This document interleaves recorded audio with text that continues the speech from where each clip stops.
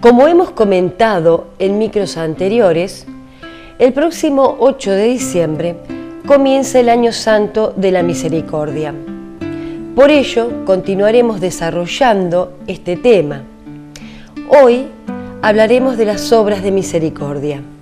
Las obras de misericordia son acciones caritativas mediante las cuales ayudamos a nuestro prójimo en sus necesidades corporales y espirituales. ¿En qué parte de la Biblia encontramos una lista sobre cómo mostrar nuestro amor al prójimo en algunos aspectos materiales? En la descripción del juicio final que el mismo Jesucristo nos da en el Evangelio de San Mateo. Tuve hambre y me dieron de comer. Tuve sed y me dieron de beber. Era forastero y me recibieron en su casa, sin ropas y me vistieron, enfermo y me visitaron, en la cárcel y fueron a verme. ¿Cuántas y cuáles son las obras de misericordia? En total son 14, 7 corporales y 7 espirituales. Obras corporales de misericordia. Dar de comer al hambriento. Dar de beber al sediento. Dar posada al necesitado. Vestir al desnudo. Visitar al enfermo. Socorrer a los presos. Enterrar a los muertos. Las obras espirituales de misericordia son enseñar al que no sabe, dar buen consejo al que lo necesita, corregir al que está en error, perdonar las injurias, consolar al triste, sufrir con paciencia los defectos de los demás y rogar a Dios por vivos y difuntos.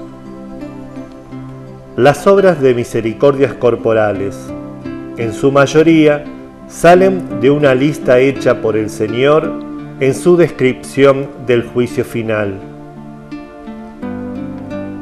La lista de las obras de misericordia espirituales las ha tomado la Iglesia de otros textos que están a lo largo de la Biblia y de actitudes y enseñanzas del mismo Cristo: el perdón, la corrección fraterna, el consuelo, soportar el sufrimiento, etc. Antes de analizar cada una de las obras de misericordia, debemos tener en cuenta algo muy importante. Primero, hay que amar a Dios. El amor al prójimo es el fruto de nuestro amor a Dios.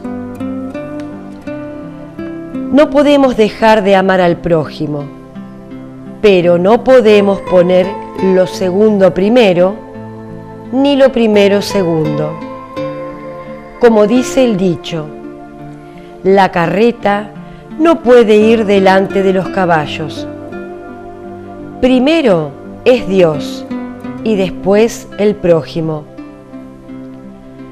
La prueba de que amamos a Dios es que amamos al prójimo. Quien ejerce el amor al prójimo desde el amor a Dios recibe gracias, pues con las obras de misericordia está haciendo la voluntad de Dios. Den y se les dará. Veamos un video donde el Papa Francisco nos habla acerca de cómo la Iglesia nos educa a través de las obras de misericordia. En la catequesis de la tradicional audiencia general en la Plaza de San Pedro, ante más de 30.000 peregrinos, el Papa Francisco nos habla de la importancia de la Iglesia como madre y educadora, principalmente en el camino de la misericordia, no como enseñanza teórica, sino como Jesús, en la práctica. Ella nos transmite el ejemplo de muchos santos y gente sencilla que ayuda sin esperar algo a cambio. Un aspecto particular de la maternidad de la Iglesia es que ella nos educa a través de las obras de misericordia. Como buena madre y educadora, ella se fija en lo que es esencial, y lo esencial, según el Evangelio, es la misericordia. Pero la enseñanza de la Iglesia no es algo meramente teórico, no da lecciones, sino que se transmite con el ejemplo. Ella nos ofrece el ejemplo de los santos, pero también el de tantos hombres y mujeres sencillos. La Iglesia nos enseña a dar de comer y beber a los que tienen hambre y sed, vestir al que está desnudo. Asimismo, el Santo Padre hizo hincapié que ser misericordiosos es estar con el necesitado, cuidar al enfermo y visitar a quienes están en la cárcel. Nos enseña a estar cerca del enfermo, ya sea en un hospital, en una residencia o en la propia casa.